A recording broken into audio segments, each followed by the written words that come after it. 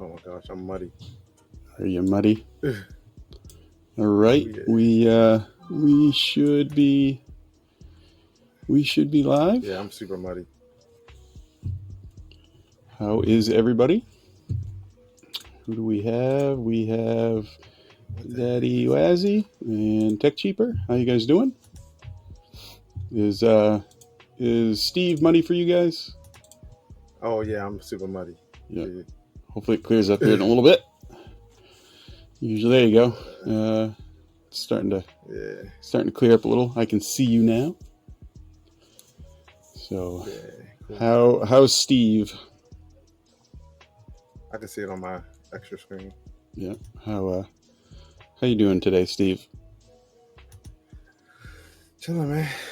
Can't complain. What you been up to this week? Busy work day. Yeah. Nothing. Making some shelves for work. We moved into a new office. Oh yeah. So, marveled my coworkers with the shelves that I made. The 3D print. I'm guessing 3D printed shelves. Yeah, some 3D printed shelves for the cubicle. So no audio on your side, Layer. Oh, hold on. Oh, it's string together. Hold on. That's right. I had to add the new one. Add audio from this one. How about now?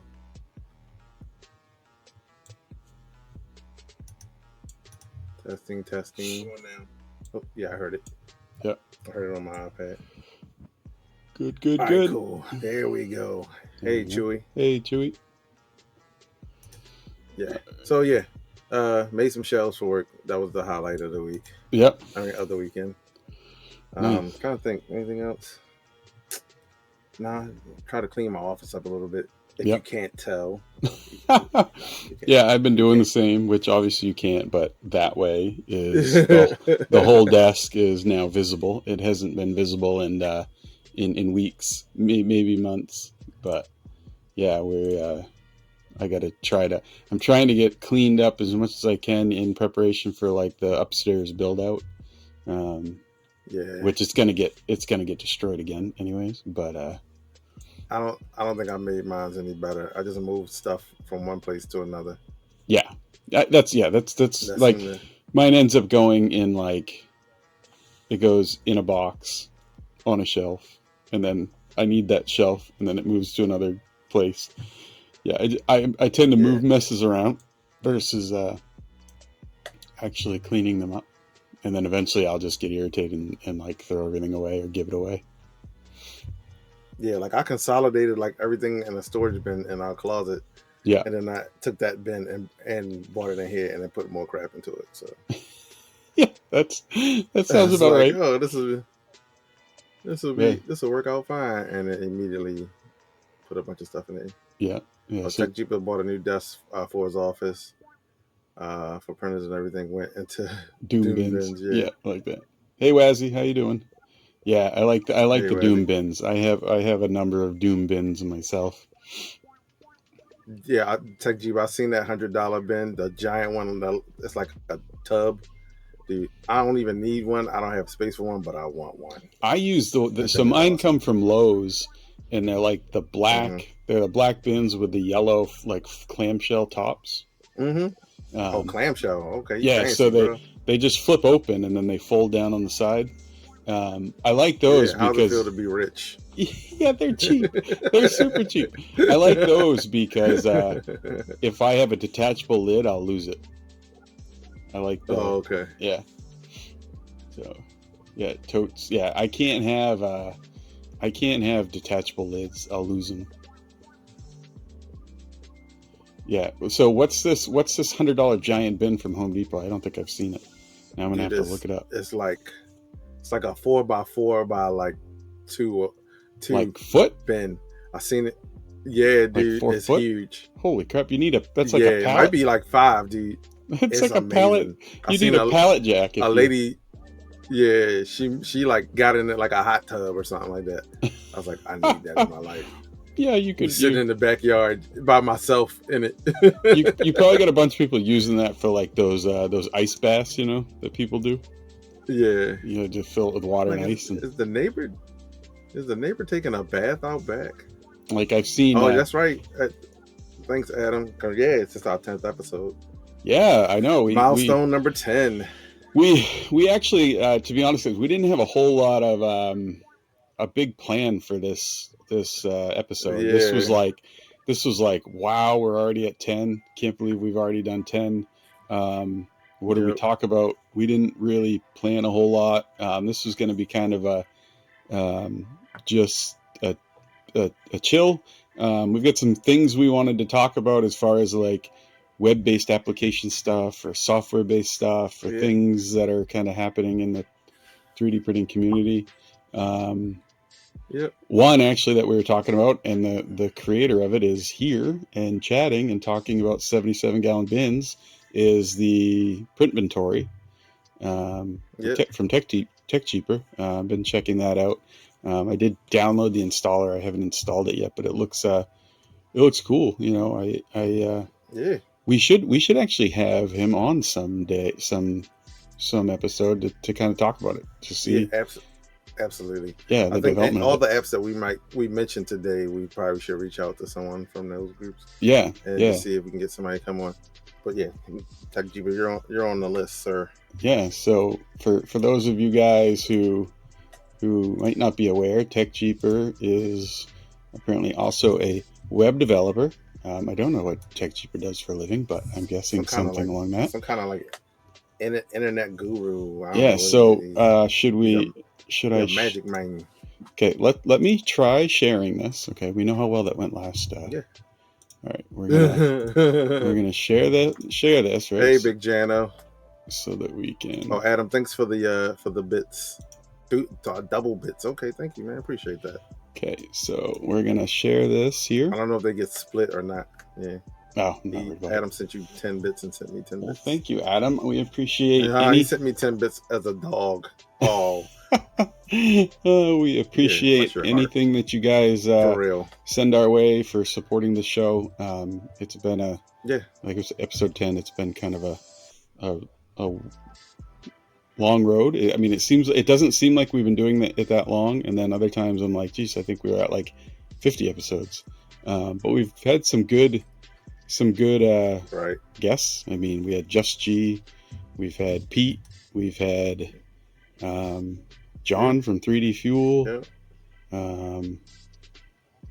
Geez, I know I'm missing a couple.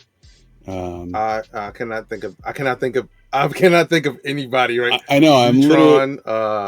Utron. Sheesh. Yeah, Udo. Yeah, and then we have another one. We had a whole 10 episodes, so we just. Yeah, it's we've already forgotten it. Wait till we get to like 100, and then we'll have to have like something to keep track of. I know, right? So we don't have a guest, obviously. Nomad. We had Nomad. Nomad. Yeah, can't forget Nomad. Nomad. Yeah, and then so we don't have a guest tonight. We don't have a guest schedule, not quite yet scheduled for next week. But we do have a pretty cool guest coming for the 29th, I think it is. So the week after next. So stay tuned for that, because we'll post a little more on that. That should be a fun, awesome community member. That'll be neat. But yeah, this is, so if you guys aren't familiar with, I mean, you guys are probably all familiar with Tech Cheaper, but you might not be familiar with this. I'm guessing this is a project he would like us to talk about. So print inventory, organize your 3D models. Seems pretty cool. It is come down Windows, Mac, so that's cool. But it's neat. You get to file management for STL, 3MFs, thumbnail view. So I was looking at this here, which is cool. So you can sort it by name, designer, license type, any parent models. So it's kind of neat. It's a really cool idea. A way, like, I store like I have a NAS at my house, and that's where all of my models and all my files, all my 3ms, any G code, anything that I built, it goes on my NAS. But it is it can be a challenge to keep those organized, right? Like keep your file structure organized. And then to find everything, this is neat. It's almost like I almost thought of it like a Plex, right, for your movies. So if you have a bunch of, you know, you rip your DVDs and have them on your Plex server. It's kind of similar to that, where you can just have everything, viewable. And it's like, and this is because you can sort it. It's just not easy. Like, Windows search in File Explorer is just not a simple thing to look through, and not like this. And now Windows does display. It does display images, but only for STLs. It doesn't for 3MFs. So this is neat. I like the idea. So I did download it. I'm going to give it a try. And so TechJeeper says if the NAS is mapped as a network drive, which it is, you can scan and inventory it. So that's awesome, right? So now everything that I have on my UNAS, I have a Ubiquity NAS. It's on a network drive. TechJeeper says you can scan that shared drive and use print inventory to filter it. That's awesome. So yeah, if you guys are interested, give it a try. And it has duplicate detection and stuff like that. Here's duplicate management.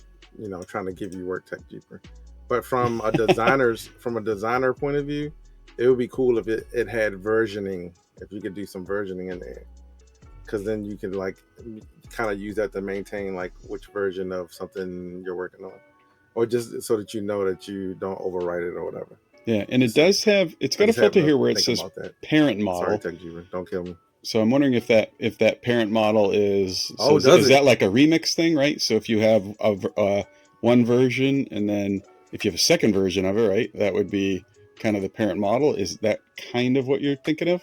That would be version based, right? I guess that like a remix. Yeah.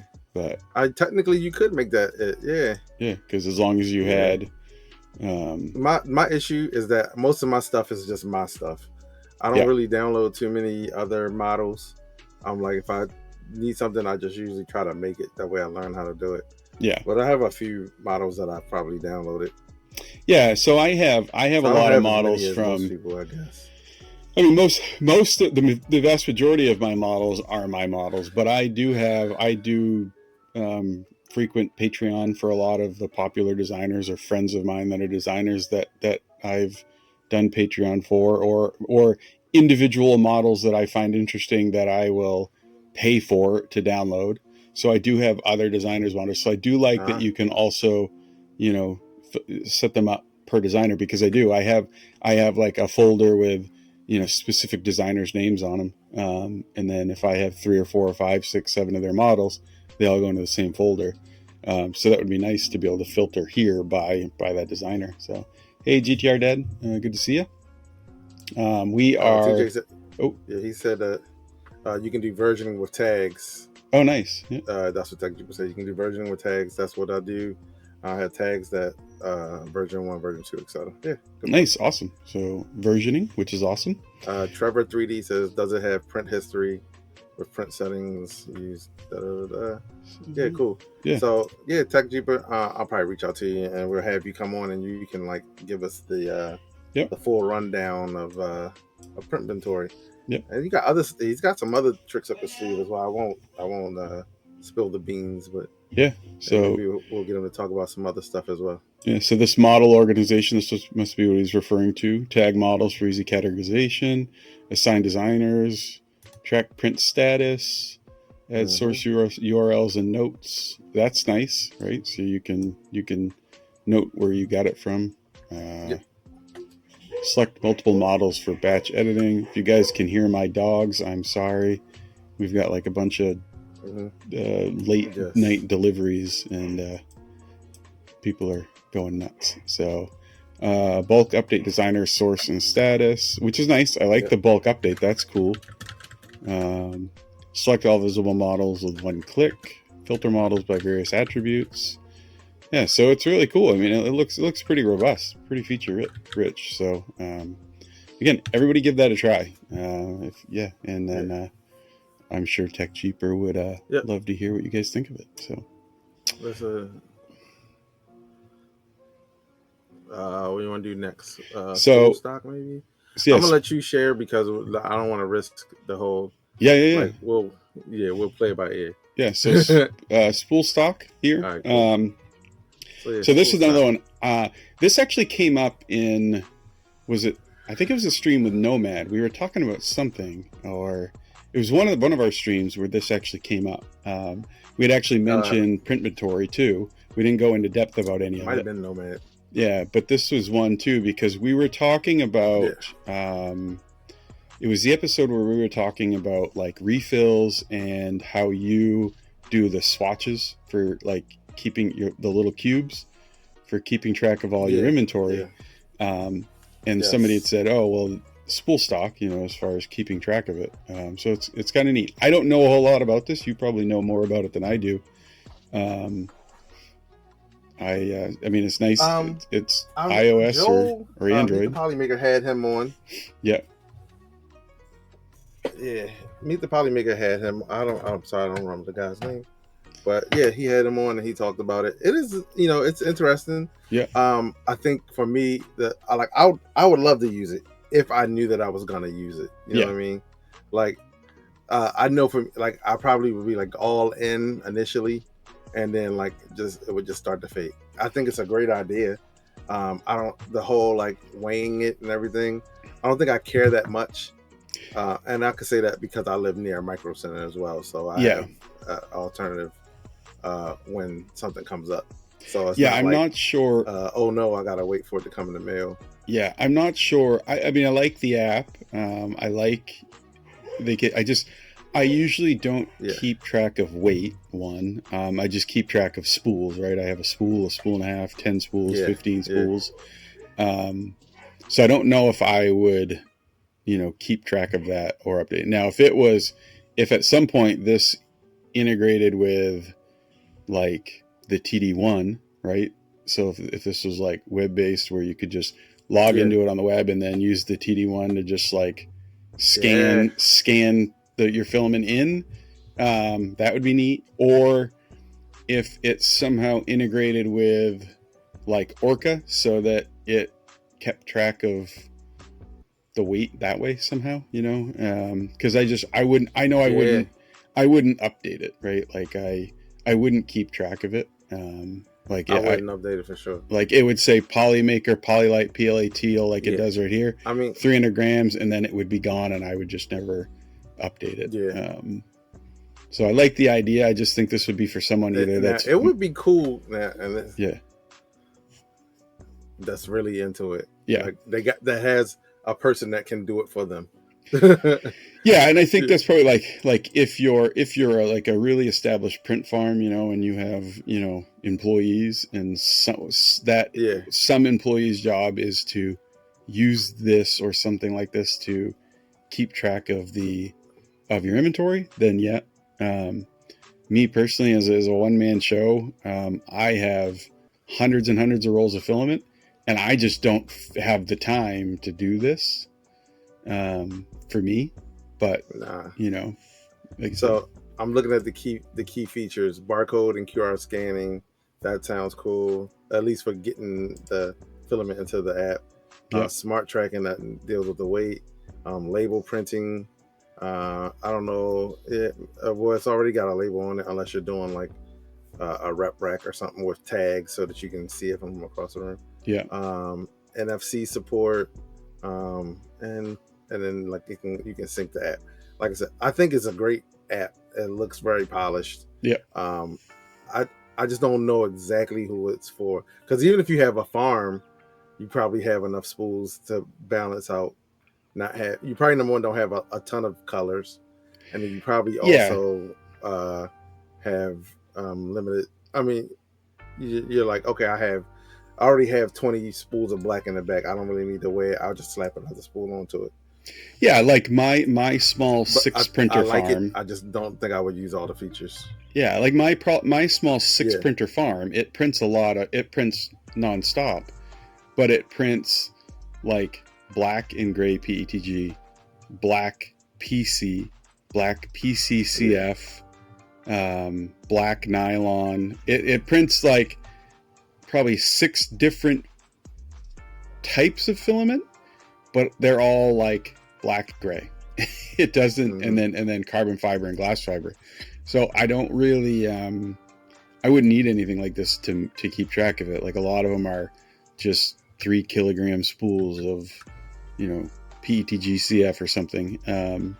So I wouldn't really need this. And it looks like it's, so if you're an individual user, as long as you have under 20 spools, it's free. After that, you're $1.99 a month or $19.99 a year, that's especially if you're a company using it, that's cheap. If you're just like a one-man small print farm, that still is not too bad of a price. If you need it to help keep track of everything, but it looks like they do have a Discord as well. Yeah. But yeah, I mean, even at $2 a month, just to support, that's cool. Yeah. But it's also double-edged. I would love to support. I don't really need it, but it would be cool if you saw why can't I think of things? Just hanging out in the community, you'd be more, up for supporting. Like TechJeeper, if your app was like $2 a month, it would be a no-brainer. Yeah, you know what I mean. Yeah, I mean that's something that I mean, so, and again, even like TechJeeper's app, he's put a lot of work into this. So if this works really well for someone, this is easily worth $1.99 or more for someone like me. If this, I'm going to try this.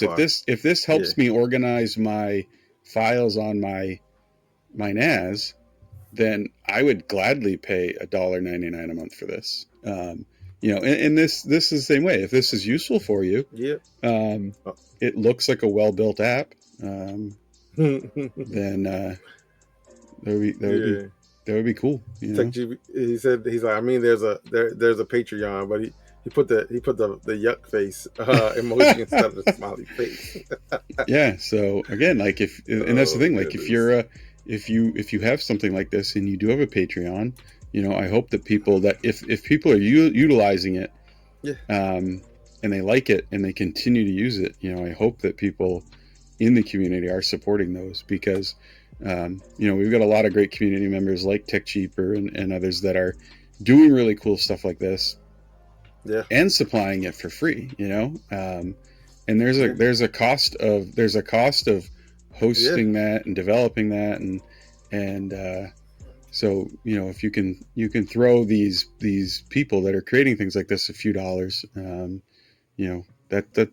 helps a lot, and I think it helps in general, keeping it so that you don't have something that becomes overpriced, right? Like if you support these developers, they don't have to make it $20, $25, $30 a month. They can probably keep the price down longer. So but yeah, so that was another one. So we did Printmentory and then Spool Stock, and then the other one was that we had talked about was the Tinker Atlas, which is kind of different. Do you want to do? I mean, we'll switch to filament. Yes. So we'll switch to filament colors. XYZ. And then we can circle back to Tinker. Yeah. Just because this is somewhat the OG original, early. Yeah, I mean this has been around for a while, and a lot of people. I would think most people that are in the community and are in it day in and day out, like we are, probably know about this. But there might be somebody in chat that's new that might not. But this has really become a pretty robust filament database of everything. Like I use it. I don't use it often, but I'll come in here 2-3 times a month to the other day I was like, I need an orange, and I needed an alternative, a specific orange. Yeah. And in my case, I made an X post about it. My go-to orange has always been Polymakers, the matte Sunrise Orange, I think is what it's called. But in this case, Or no. The yellow, not the orange. It was a sunrise yellow, I think is what it's called. And it's a Panchroma, the matte.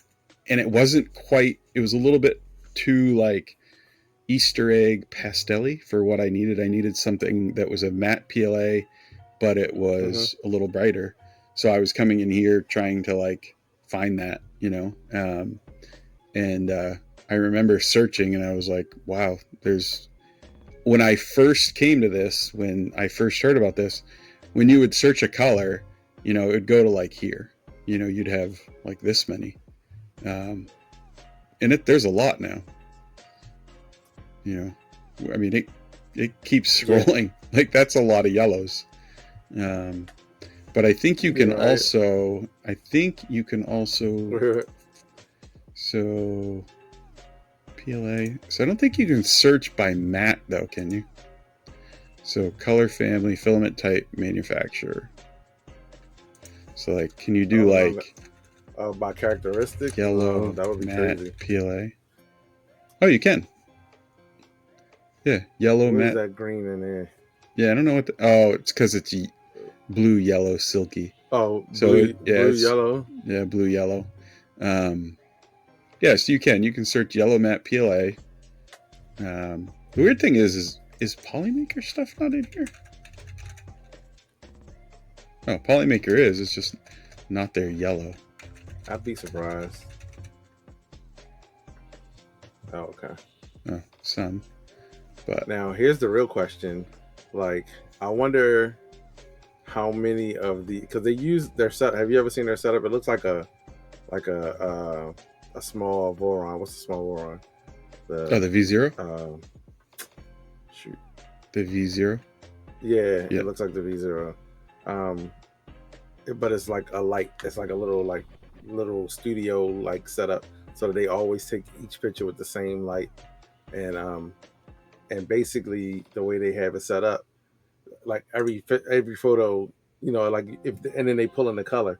So if they're pulling in the color, then you might start to find out that certain colors exist in more than one company to the to the number.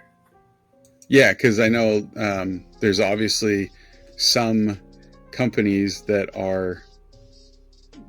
sell filament that are similar or exactly the same as other companies. You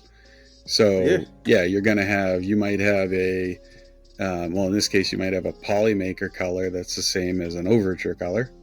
But I will notice some of them too. Yep. I like that you can that it shows like the hex code, because some of the images are like super washed out. And it makes it somewhat hard to see the color. They look better in that. They look better when you're looking at them. It seems like when you zoom in on them, they get kind of washed out. But some of them show. I mean, obviously yellow is hard to see anyways. But yeah, I actually came in here when I found that brown for Retromaker TV, that little radio I did. I found that brown by searching in here for brown filament. But, so yeah, I mean it's cool. I like it. Do you know, is this still being actively developed? I don't remember who did it. I don't know. They used to come to I met them at Murph. I mean not Murph, at Earth back in 2023. And I think they came in 2022 as well, but I haven't seen them since. But I think they're still at least updating it. Yeah. What's a new? Look up like what's it called? Tin Morty or something like that. That seems to be a very what was it? Filament company or whatever. Maybe Tin Morty. TINMOO. I mean MORRY. Oh yeah. Yeah, they got some Tin Morty in there. Yeah. Who else? Like me? What is it? New Maker. I got some New Maker in there. Oh yeah, New Maker. 3DX Tech. They got some what else? What's something else? Look up, see if they got Zombie Red in there. Zombie. Nope. What else would it be under red? it's zombie. Look up Galaxy Red too. Galaxy Red. Yeah. Galaxy Red. Yeah. Airy one. Yeah, I'm surprised they don't have. Well, they might not have. What's the other one? 3D Print General. No. Yeah, they might not have the creator spools. Those are pretty specific, but. What was the other one? Coax. They have coax stuff. Yeah, they have pretty much. You think of any other brands? What about like? Well, I saw Amelin. I saw Amelin. Yeah, so there's a lot. Yeah. Some I haven't even heard of. It would be cool if that was if they had an API for that. That would be pretty sweet. Oh yeah, just for like companies to just dump some of the other stuff. Or, yeah, if they could just dump their whole like, yeah. if a company could dump their whole lineup in there that it would like update as they made changes and stuff, that would be cool. But, yeah, so filament colors .xyz. You can pull in those graphics for like. Yeah, because he gives. I was saying you can pull those images into like HueForge. Yeah. And so you actually have an image of the filament in there. That would be cool as well. That would be neat. With the API. Yeah, because I wonder. Yeah, because you can search. Oh, so you. Yeah, that's right. I remember when this update came out, because you could search by TD value, that's pretty neat too, especially for nice for HueForge. So like you could do. Can you search like if I wanted black or let's see blue TD? So you can't manually type in the TD, but whatever value you put in here. So say you want something that's like a higher TD. Ooh. What's the URL say at the top once you did that search? Yeah, so it gives you your blue. Can you? Yeah. Oh, what do I do? And the TD value in there as well. Yeah, it's got the TD. Always, but if you put the bookmarklet or something. Yeah, if you put the TD value in here, you can just search the different colors, and it'll give you. Let me go back to that. Slider. Where'd the slider go? I broke it. I broke it. Yeah. So before when I could put the TD in here, and then it would save it, and then I could go in here and search for things. But can you search by like all? Yeah. Oh, no, you can't search by like all. All right, stop breaking that website. It works as expected. Yeah. Everyone go try it. If it does. It works good. It's a great site to find colors to replace other colors. Yeah. Yeah, it does. Yeah, it's except for when Corey breaks it. Yeah, I apparently broke the TD. Like I can't. No text. No slider. Yeah. But oh well. Maker Vikings in the chat. You're on our list as well, man. Hey Maker Viking, how are you? Do a quick shout out for Maker Viking. Yeah. He just rolled out a new website for makers called Tinker Atlas. Yeah. Actually, that was where we were going next. So right here. Yeah. Real quick. Is it just me? Is Corey's audio off? Like for me, it's off. For a second. Timing wise, off. Give me a one clap real quick. One. Oh god. Oh my gosh, it's like 5 seconds for me. Really? Is it delayed for you guys? Is it off for anyone else, or is it just me? It might be just me. Oh yeah, they said it's off. So yeah, he says you're. All right, give us 1 second. So he says yours is off. Oh, I'm off. He had to go to me. Okay, because it's. So then okay, that's fine. Okay. We still get the points for it. Yeah, as long as it is. As long as everybody can hear us and everything's good. Ready? All right, here we go. Yeah, 1. Yeah, you're right on for me. Okay, I don't know. That was weird. Well, you know what's funny? I'm right on for you, but it took like 5 seconds for that to come back to me. Oh, weird. Yeah. All right. Yeah, that may be why. All right, cool. Yeah, he We'll said you were work a with little it. delayed. Yeah, we'll work with it. Yeah. All right. Well, yeah. So we were going to. He said Moji's off about on his, but you're perfect. I don't know. Yeah, I don't think Twitch stream together is quite perfect yet. I'm just listening through the stream. But yeah, so Taker Atlas was one that we had looked at. I haven't really don't know a whole lot about it. But Steve, have you looked? You said you looked at it, right? It's pretty cool. He's still working on it. Yeah. Yeah. So I got a profile on there and everything. See if I come up. Look up layer by layer. Layer by layer. So I'll have to set up because it seemed neat. It seemed like a cool place. Now the idea is it seemed like it's kind of like a LinkedIn for makers, right? Like where you could connect with other makers that have either the same or different skills than you, right? Like if I'm a CAD designer but I'm looking for a sculptor, I could go in here and I'm guessing search for a sculptor. I don't think he's put any constraints on it. It could be I just want to find makers that live near me. I was like, I found someone that lives in Virginia. I was like, oh snap!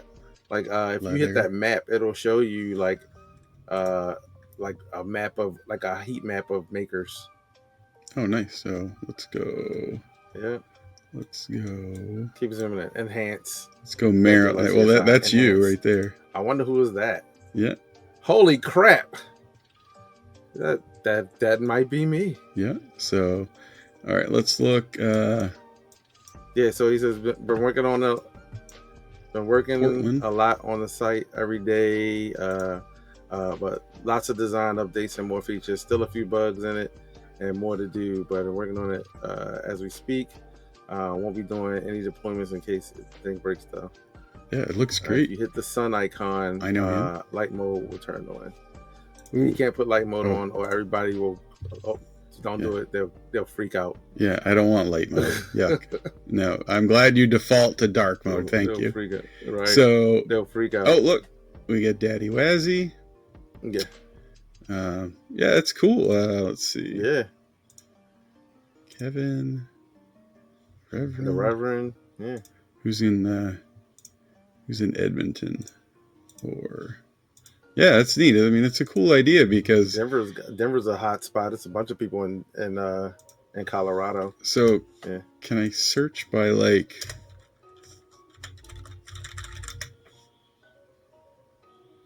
Yeah, I can search layers with Lily. Let's see. Can I do? Yep. What did you put in there? Leather making or leather something? Oh, I see even pool. Did I? Yeah, I think you. Yeah. Oh, extras there. Yeah. I think you put in. I was just wondering if you could, if it was easy to search. Leathercraft. So could I just search? Oh, yeah. By if I was looking for somebody that was. Let's see. That one's not coming up, but it did if I went 3D printing, or if I do laser cutting. Yeah, because that'd be neat. Because you could laser engraving for it. Yeah, if I was looking for someone to laser. Yeah. LTX Designs. So if I was looking for someone to, well, it would be cool if laser cut me some panels to the map. If you could put, in here, if you could filter, map, that would be cool. So you put in laser engraving, and then dude, that would be sweet.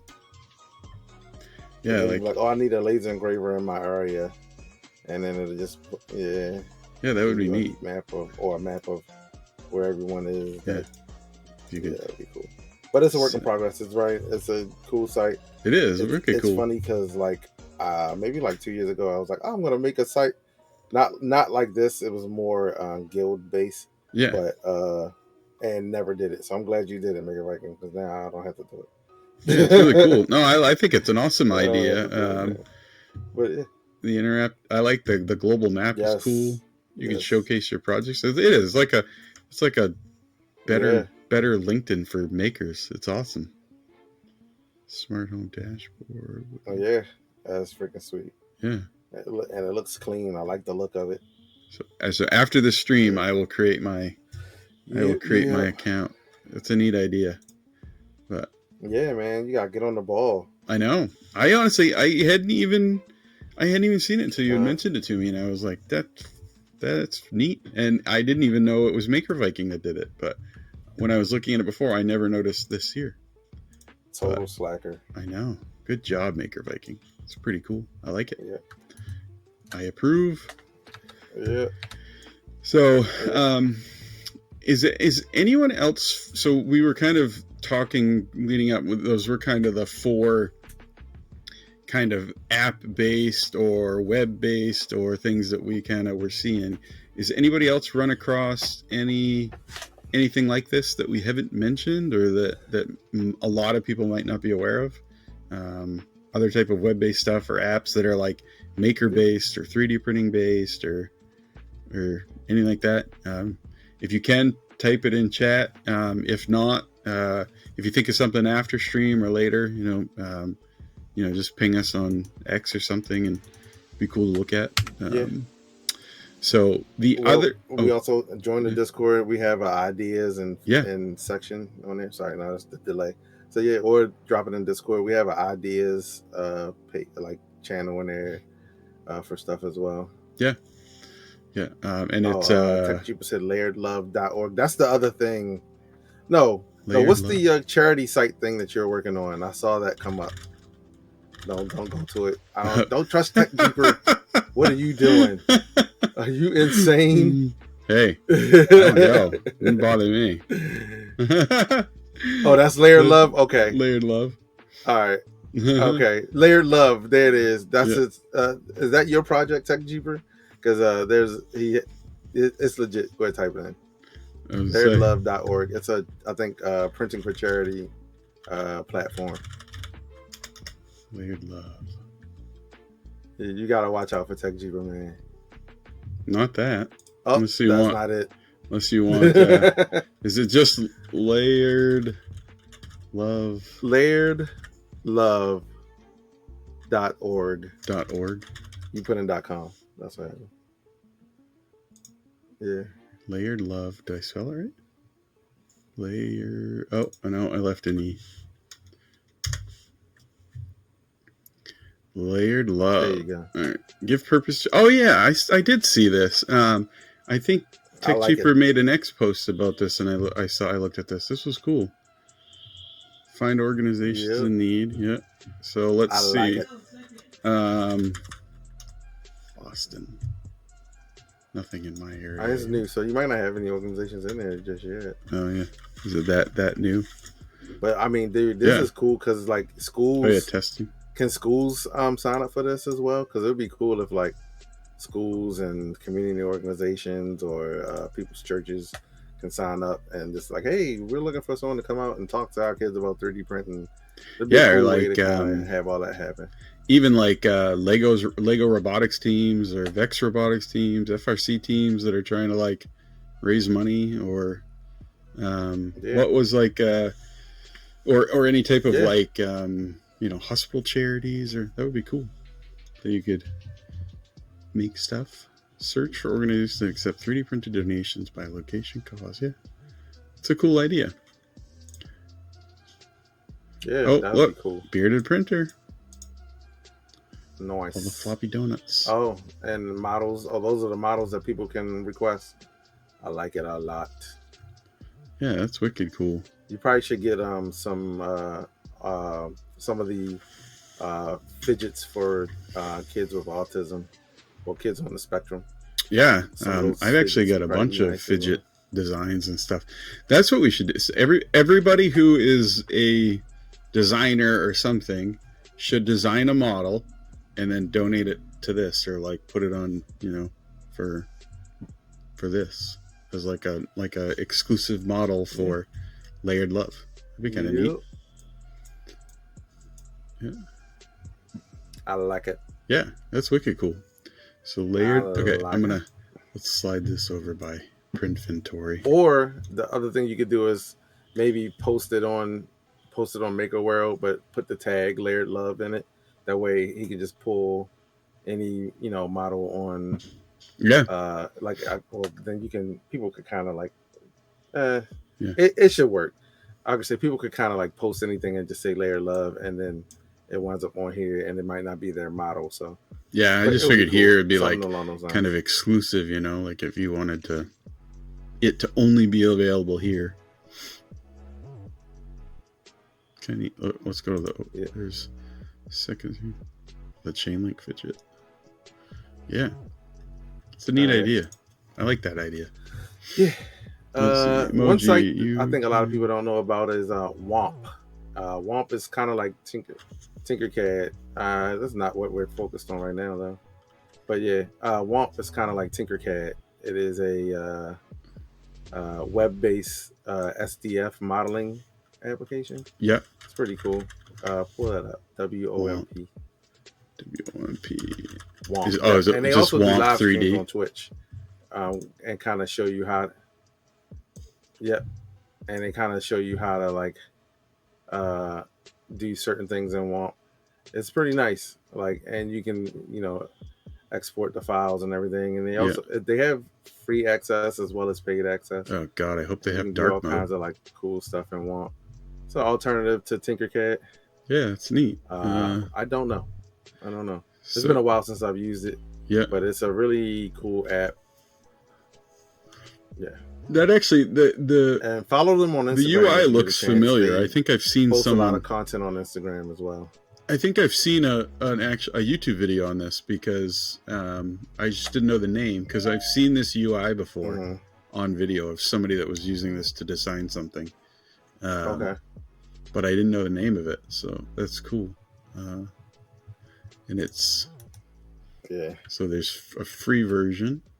What does free version give you? Standard. Yeah. I think you get quite a bit with the free version. Yeah, honestly, it doesn't seem at least enough super to like limiting. figure out how do you want to use it.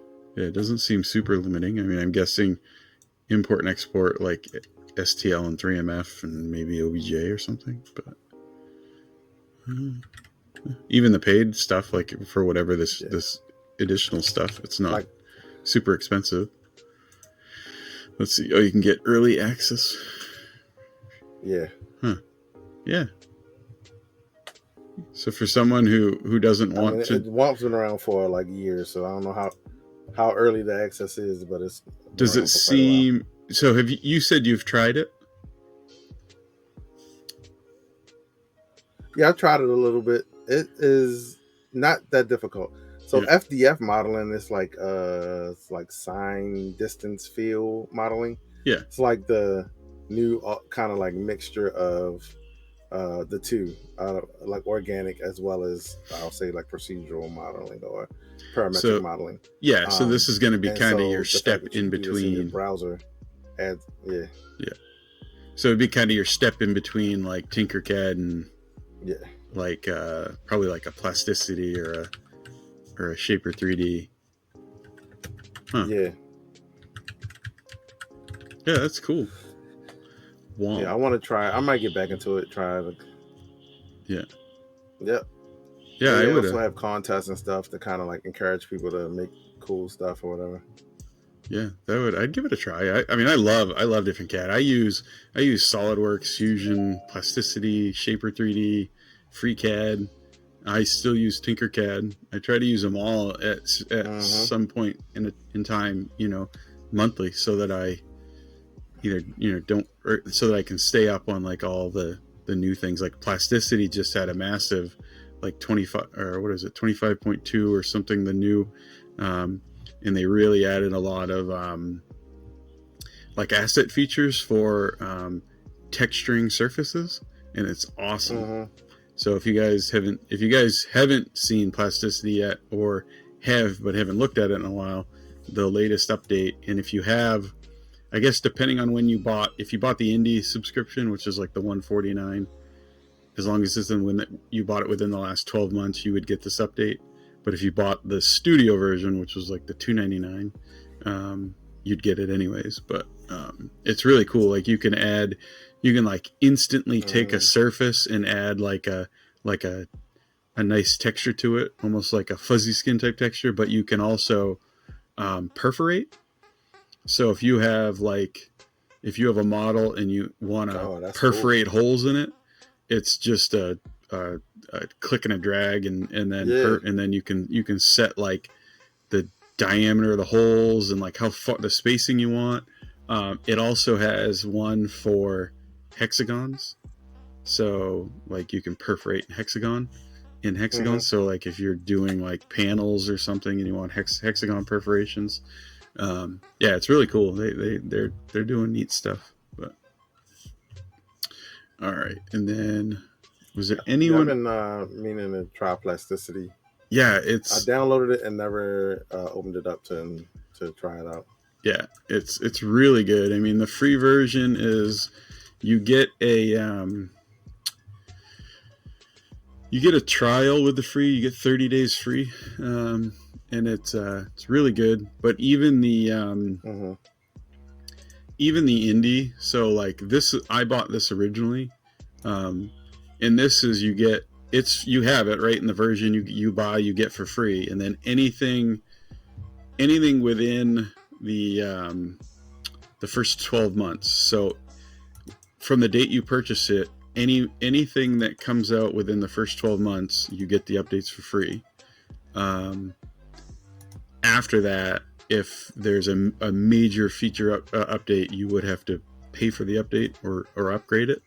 And then this one too, you get all the same thing, but then you also get like the beta program stuff. And but I love plasticity. I really like the way that it's very it's kind of like Shaper 3D meets Blender.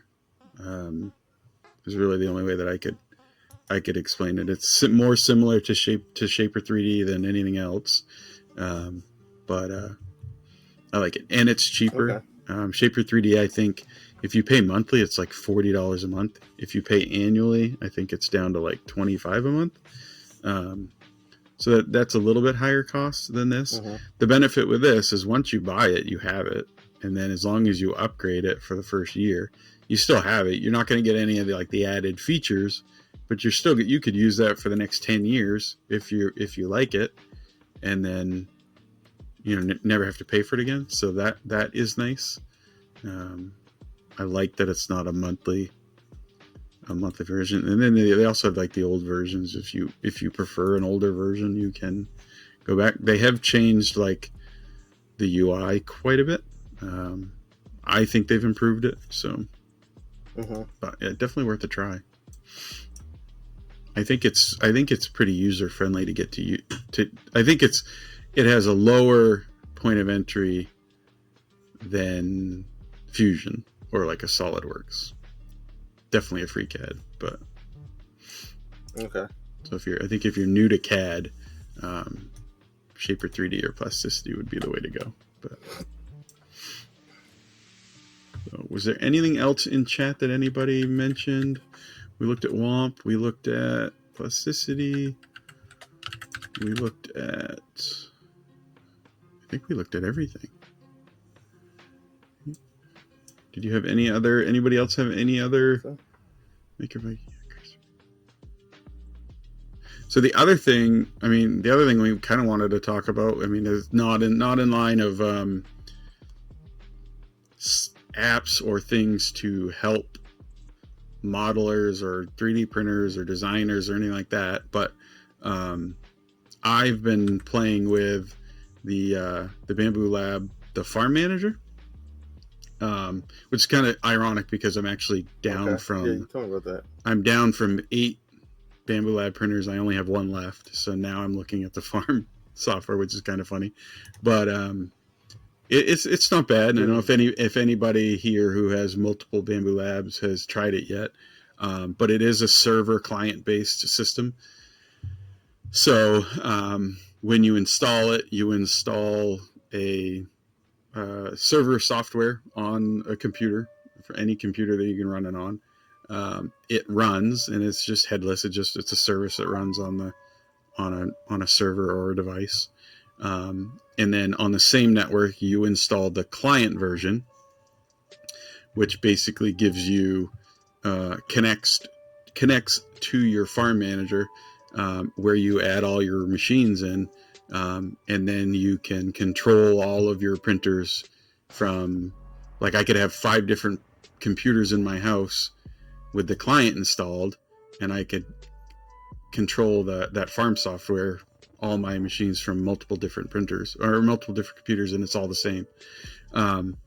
So it is kind of neat. So like you can have all your different printers like named in, and the queuing is pretty neat. So you can queue up like 10 prints, and then when a print finishes, let me see if I can find. Yeah, so like when a print finishes, it'll tell you that the print is done, print's finished, and then you go and clear that print bed, and then when you come back in, you confirm that the print bed is cleared. I think we just lost Steve.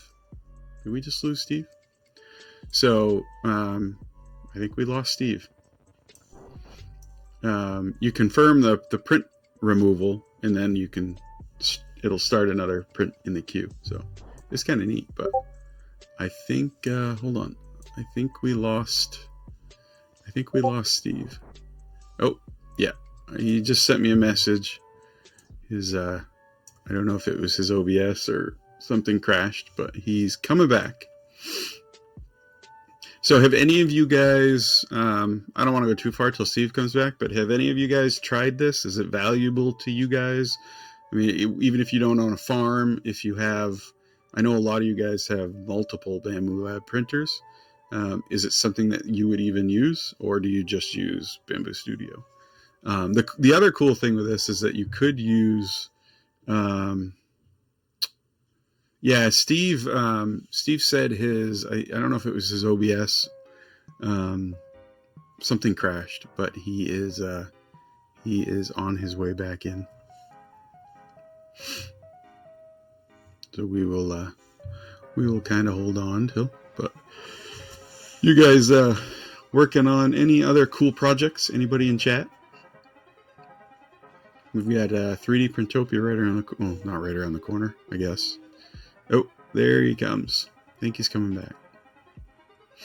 I know 3D Printopia, let's see, what are we now? We're almost to the end of July, so August, September, roughly 2 months, a little over 2 months.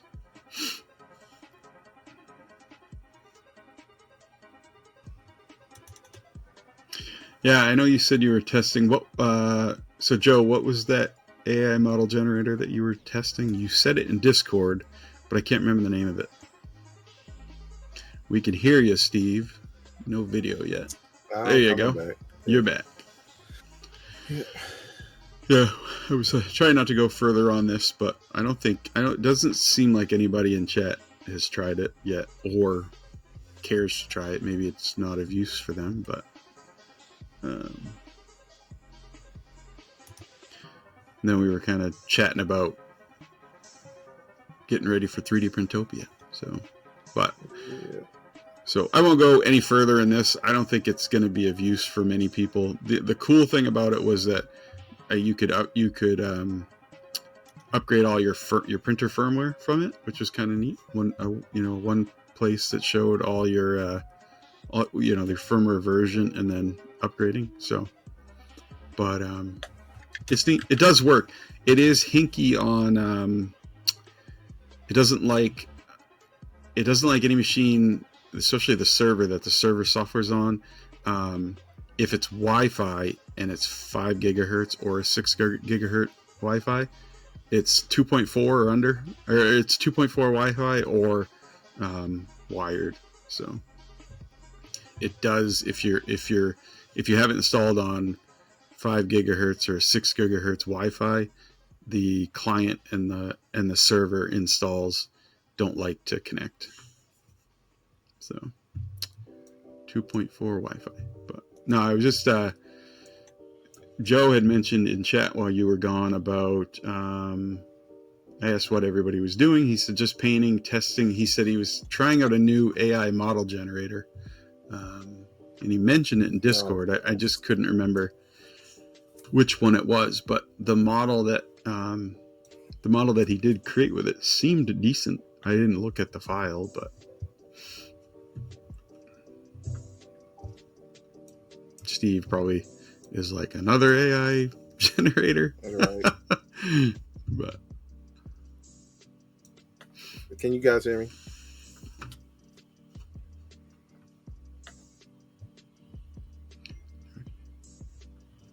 Can everybody hear Steve? I can hear you. So Joe says yes. All right, cool.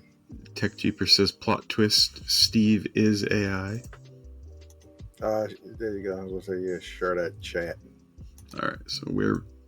Chat is back being shared, so everybody should be able to see everything. Tech Jeeper plot twist. Steve is AI. Steve, are you AI? I am indeed. That's why it's my mission to take out all other AIs. Yeah, he's gonna ruin them all so that it's just him. Now, I think we're done sharing, but I'm actually I don't know if I want to unshare my screen, because the last time in StreamYard I did this, it broke it. So I think I'm just gonna keep it shared right here.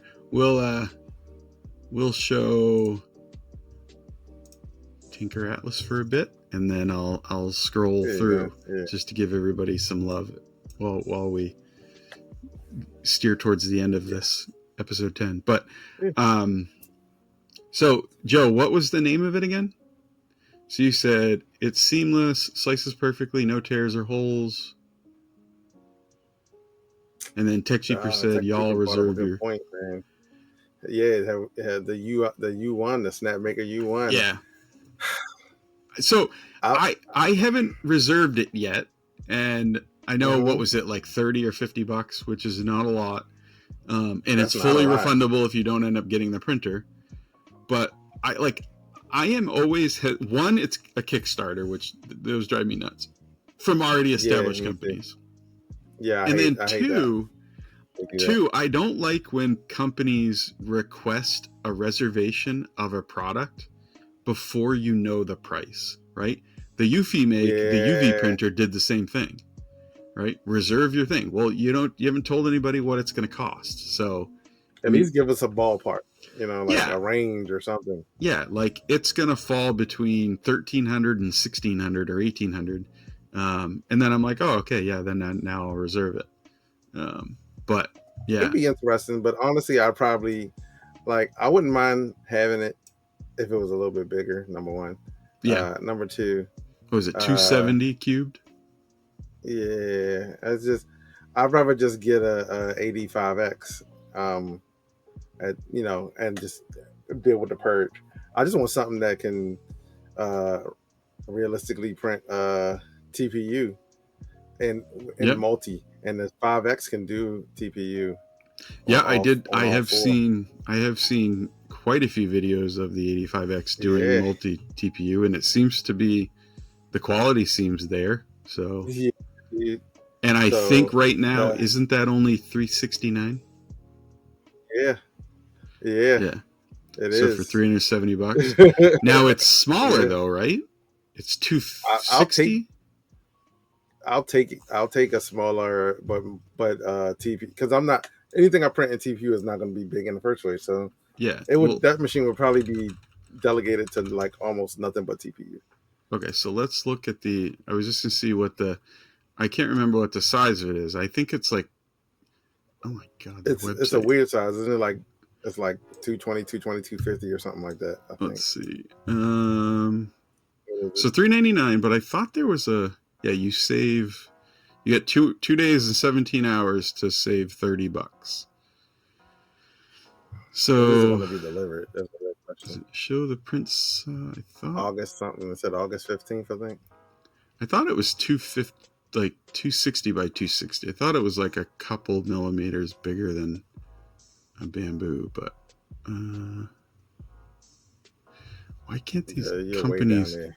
Why can't these companies just put it at the top in the bullets? I'll watch you find it. Like you don't scroll back up, it's gonna be right at the top. Yeah. It's probably in with one of your these. name beside it. Why can't you just put it here though? Yeah, it's not there. No, it's probably got like a cube somewhere in one of these images. Nope. What the heck? Does it not list anywhere Go to like the 5M. It's probably the same dimensions as the 5M. Yeah, which I don't have a. So 220 by 220. 220 by 250, right? Or the 220 at the end as well. It's 220 cubed. Oh, okay. For some reason, I thought this was bigger though. Maybe not. Huh? Does anybody have an 85X? I mean, I think they've only been a handful of people that have them, right? Yeah. Because they kept pushing it back. I know but they don't advertise the TPU printing anymore, though, right? Didn't they remove that because it wasn't? Oh, was it? It wasn't I like thought that I saw a video recently about it or something.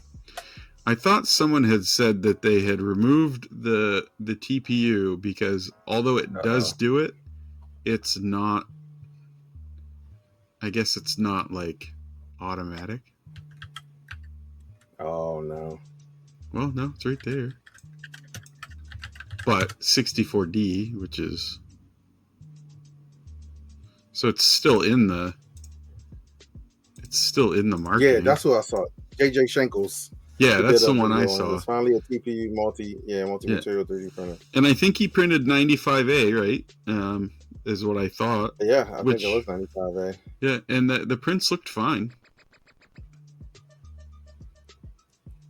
Yeah,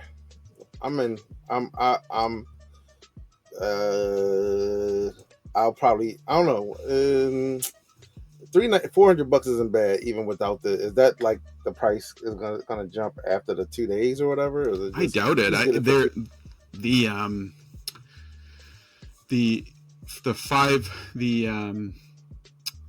and the 5M Pro didn't really after they kind of stayed whatever they're. If it can print it automatically without like manual intervention, I would definitely consider it as the next machine that I get.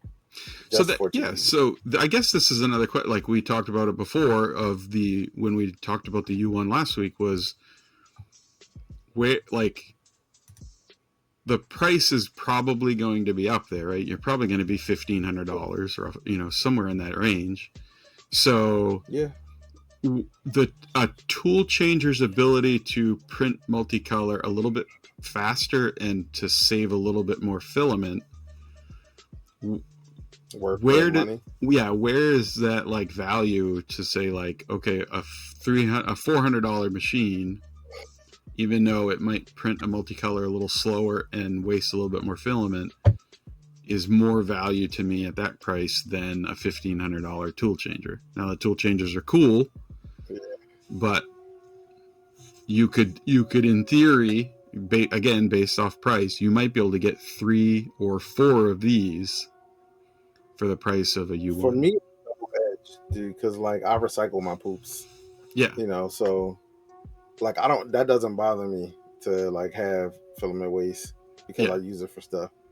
So that's why I'm like this wouldn't bother me compared to getting the U1. Like the U1 in my opinion would be like, oh, okay, now I'm farming multi-material stuff. And it like I think, I don't know if it was you or someone mentioned it would be cool if like it that they had options where you can get like one with just 2 heads or one with 3 or 4. We had talked about that last time, and I had said because we were saying like, oh well, you have the XL, right, which is a tool changer, but you can get the XL with versions. It would be cool if you could get this with 1, 2, 3, or 4, because I might be more apt.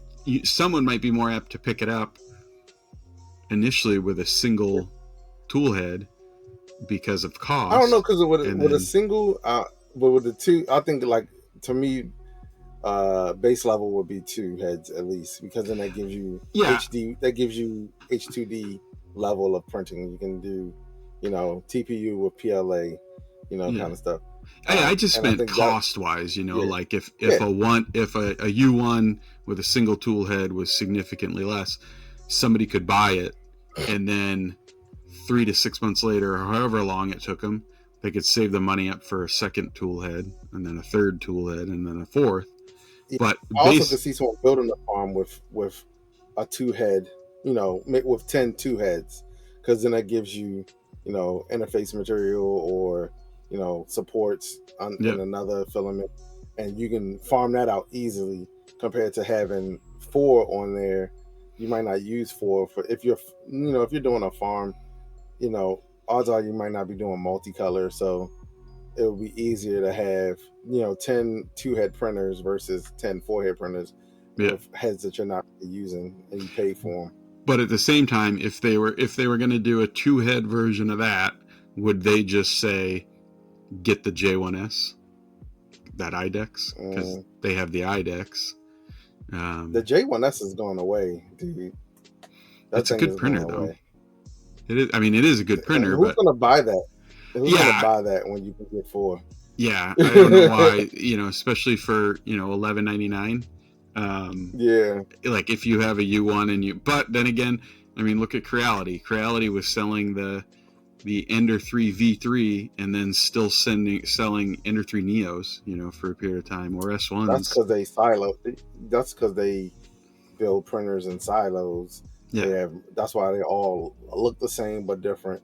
Because they build, someone's over here building an Ender 3 and someone over here is building an Ender 3. Yeah, but I liked 14 different Ender 3s. That's crazy.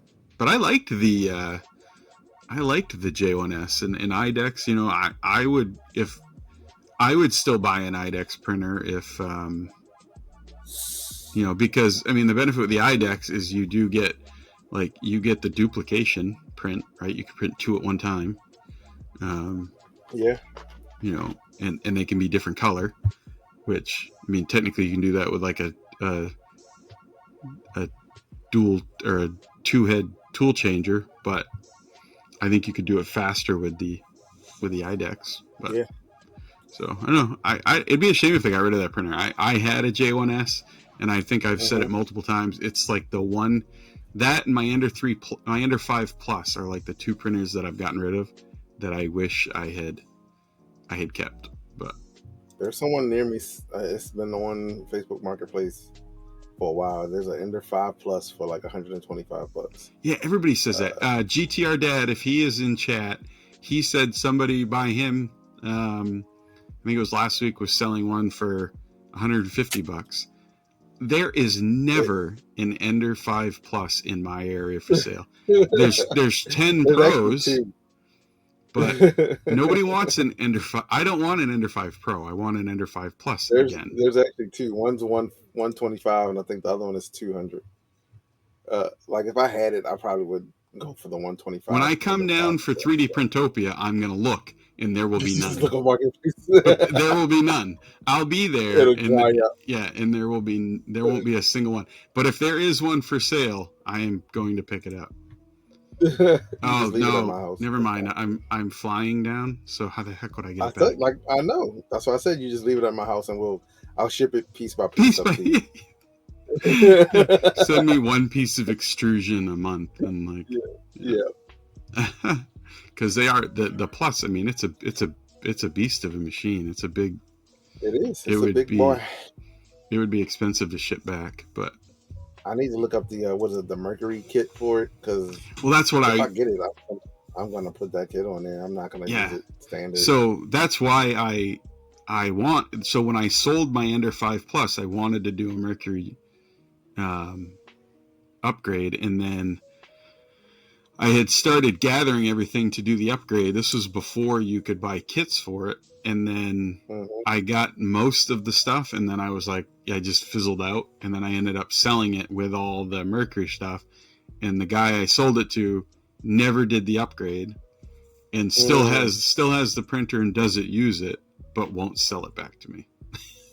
Oh, that's terrible. So I'm like, dude, there's somebody near me selling like an Ender 3. I don't know if it's an NRG or just something that they made, but it's built like an NRG. It's got PVC. I mean, acrylic glass all around it. But it's Oh, got like the the native Ender island on NG. there. Yeah, I'm sorry, NG. Sorry. Oh, that's Yeah, the Core XY, right? The one on printables. yeah, Yeah, yeah. that's cool. Someone selling one for $100 near me. I'm tempted. If I'm tempted, but whenever I see like all your wires, I'm automatically kind of like my brain is like, I don't know about that. Like Because bad cable management. Like, yeah, yeah, like cable management to me is simple.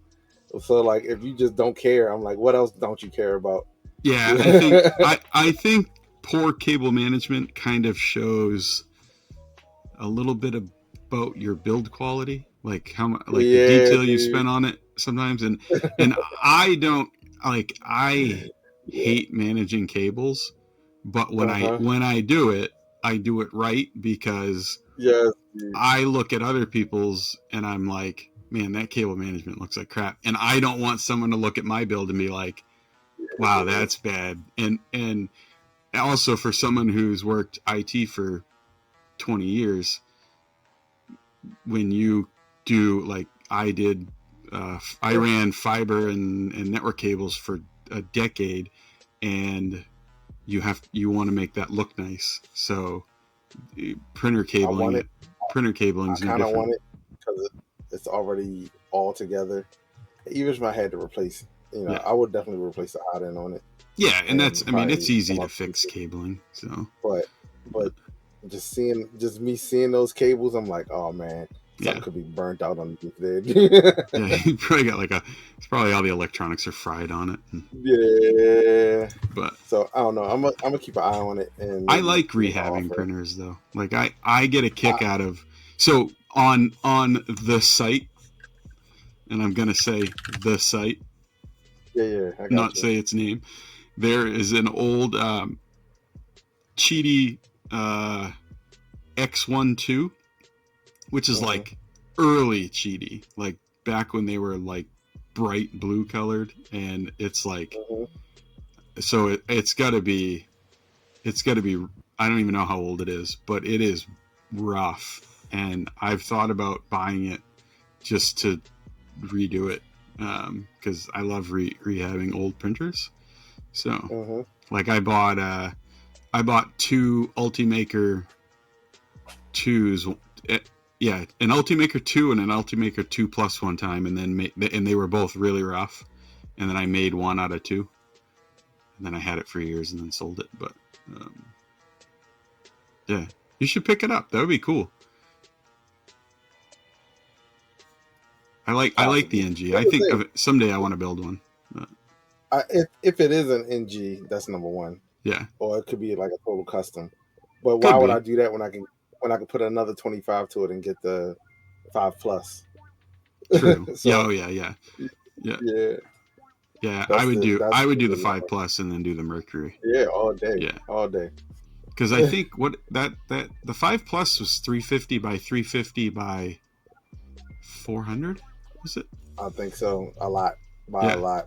it's big. I know it was big, but because at the time, one of the reasons why I got rid of mine is I just didn't have a good place for it. Um, Mm-hmm. I had my FL Sun Speed Racer and my V400 at the same time, and Okay. Cool. the V400 took the spot that the 5 plus was in, and I just didn't have another place to put it, so I got rid of it. But I don't have anywhere to put it either, but that's not the you'll find a that's place. not You the got question. ceilings. You I can know, right? you can You said got 5 plus hanging from the ceiling.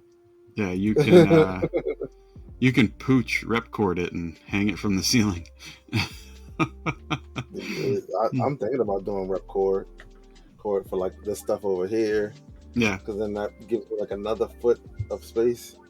yeah. I have, so in on this, behind this rack here on that wall, Mhm. I've got two 6 foot rep racks, and Yeah. I like them. They're okay, but I did switch. So everything that's up here and then everything that's on the rack over here, they're just they're actually 3/4 inch wooden dowels, and then Hmm. I just designed brackets that those like snap into. Yeah. And they print, the brackets print fast. They're really strong. And I just use those. They work better for me. And I like the wooden dowels for the filaments. So a lot of times like on the EMT, like the galvanized EMT that for the rep racks, it this is just a weird thing, but the plastic spools, when you go to grab a plastic spool off it and it slides across that galvanized EMT, it makes like a nail on the chalkboard type of sound, and I hate it. So I like the wood. I like the wooden dowels better. Mine will still be in the bag because I'm not gonna have my filament just out like some kind of caveman, some kind of animal. You keep all your like some kind of animal. So, question for you: so if you use 2/3 of a roll, and you have a third of the roll left, like 200 grams, back in the bag, or 300 grams, back in the bag. You put it back in the bag and then in the box? Back in the box. Yes. Really? Yes. How do you know, though? Like, I have to be able to see visually, like, oh, I only have 200 grams. I poke my finger through that little window on the box. Really? Oh. If it has one, yes. That would drive, like... And I memorize it. Like, I know I got 3 rolls of 3D X-Tech up here that are, like, they probably got, like, maybe 150 grams on all 3 of them total. I know what's on them because I just know. Like I just know. Like this here, like I have this. So this is just Bamboo Lab basic green PLA, and I have this, but then I have three boxes of the refill for this, and the refills are still in the boxes, but they're not open yet. But this I couldn't keep in a box because I would never remember that there's only, 150 grams. In this room, I have anywhere from 200 to 250 rolls, and I don't have any direct duplicates. You know what I mean? Like everything is like one-off, except for like matte black and white or cool white or something like that. Oh, really? Most I have. Hold on, where's one? I probably have somewhere between 350 and 400 rolls, but a lot of mine are duplicates. Like I have, I have like 8 rolls of 3D X-Tech's PETG carbon fiber, so a lot of mine is like 8 to 10 rolls of certain filament. Yeah. Hey, Grania. So just for the uninitiated amongst you all, so that's one rack. Here's the second one. These are all the colors that I currently have. These are all like my black, whites, and grays in the tray. Then these are like all of the mica / like glitter filaments. And then these are new. So I have this one that hasn't been sorted, and these are like stuff within like the last like 6 months or so. So these two. What do you do with the swatches or the cubes when you no longer have any more of that filament left? They go into, I got like another little like bin of like stuff that I don't have. No longer. But that rarely happens. Yeah, that rarely happens, dude. Because I have so many different colors. I'll probably wind up like almost done with the roll. I mean, I got rolls up here that I'm trying to get rid of. Yeah. And I still have it because I might open another orange or something like that. But like, I'm trying to see what would be my oldest. My oldest roll might be glow in the dark right now. So like the luminous, the original Inland Luminous on like a plastic roll. The other day I was trying to organize some of my filament, and I grabbed. I was stacking them up, taking them off the shelves and stacking them up in like filament, and I realized that I had 13 spools that had between 100 and 150 grams of Elegoo Rapid PETG. I had 13 of them, and they were all between 100 and 150 grams. So same color? All black. Oh my gosh. I didn't realize I had that many. So when I stacked them up, I counted, I had 13 all under 200 grams, right? So they're almost empty. So now they're still over there, stacked up, and I'm taking out my Sunlu. Finally, I bought the Sunlu like filament fuser. I've never used it. So I used it once. I'm about to start using it. I got like a whole bunch of almost done rolls that I'm about to fuse all of them together. So this weekend I'm gonna put together. I printed one of the respoolers, the one that so it sits on top and bottom, and then you just spin it by hand. So I printed one of those, but I never put it together. So this weekend the goal is to put that spooler together. I bought it. Actually takes. It actually uses the 608 bearings. So I just bought a bunch of the 608 bearings. So I'm going to put that together, and then I'm going to get the Sunlu filament fuser out, and I'm going to take all 13 of those rolls and make 2 rolls out of it. Like 2 full rolls, because it's driving me nuts, because I have probably 12 feet of filament racks that is just like stuff that I have that are under 200 grams left, but they're all like black, white, gray, like prototyping filament. And I gotta consolidate them together, because I used to just like throw 4 of them in an AMS. But now I hate pulling out all the colors of stuff I have in there and then putting 4 in, and that drives. So I'm gonna actually try to use the filament. I'm gonna actually try to use that filament splicer and the respooler and see how it goes. But that's what I want to do. I need to print a respooler and then do the same thing. Yeah, because for me it's about shelf space, right? Like, because I have boxes and boxes of filament that I don't have any shelf space for, so they're just stacked up under my desk or on the floor, and I want to get them up on the rack, but in order to get them up on the rack, I have to get rid of those like barely empty, almost empty spools. So but I didn't realize I had so many of them, and that's only one example. I've got another one of the Bamboo Lab, or not the Bamboo Lab, the 3DX Tech PETG carbon fiber. I've got like 6 or 7 rolls of that is under 200 grams that I have to try to fuse all together into one roll. Because hear me out. A respooler that incorporates the Sunlu filament splicer in it. Yeah, see, that would be nice, because the way that I'm gonna have to do it now is I'm gonna have to like put the spools in, like the empty spool or the 2 almost empty spools, and then somehow find a way to like feed it all out to the table, fuse it, take the sleeve off, put it back, spin it all together, and I'm gonna have to do that like 11 times. 4 times, 4 or 5 times to get one spool. Per roll, yeah. Because I'm down to. I did it with some black filament that I had. I was like, all right, I'm gonna just merge this black with this black, and and it worked out fine. And in the sleeve it was fine. Like, because some people I've heard say like, oh, the sleeve is hard to get off after, but I mean, you put you put it in the thing and it's got like a little cut. It cuts it. Yeah, I took it out. I just haven't used it yet, but. You can technically use that again. Like, if you're good with it, you can probably use that little sleeve a second time.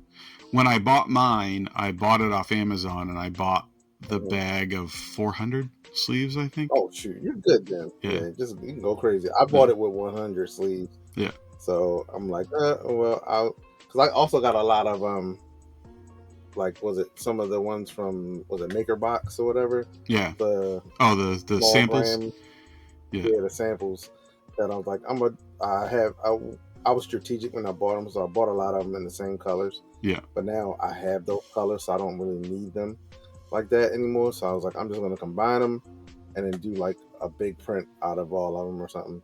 Yeah, like a poor man's rainbow, or a stool or something. Yeah, because I have a lot of those. Like, I'm looking now. I've got like a blue and a gray and a green and a yellow that are almost empty, like less than 50 grams on, like, you know, you got like two layers on on a spool left, and they're all just random colors. So I should probably just, even if I, like, for me, I would just put them all on one spool and just use it as like a prototyping spool. Like, I don't care what the colors look like. That's exactly what I'm going to do with it. So I got a bunch that I'll do that way. And then I got a lot of, I have a lot of those like little spools that come with printers, like not the tiny little sample in the plastic bag, but there was a period of time like all the FL Sun printers I had, like the FL Sun printers were coming with like these little plastic spools, and it had like 200 grams on it. And I've got probably like 10 or 12 of those that I should probably join together into one spool. I need to consolidate. Yep. So I think we are at time, right? 9:36 Eastern. Yep, that's pretty good. Well, thank you everybody for joining us. We had a good. This was episode 10, which is just crazy to me. Maybe we plan something for like episode 20 or something, or 25. Let's go 25. Yeah, something big. But are we gonna raid into someone? Let's see who's on. Digital Dragon. Yeah, we can do Double D. I used to always say Double D in a place to be. I don't think he got it. I don't know if he's that fun. But all right, guys. Raid in, everybody say say Double D in the place Double to D. be. Okay, so we're gonna raid into Digital Dragon. Again, thanks everybody for joining us. This was a lot of fun, and we always like chatting with you guys. And until next week, we will see you later. Yeah. Come on, where is he at? I don't see him.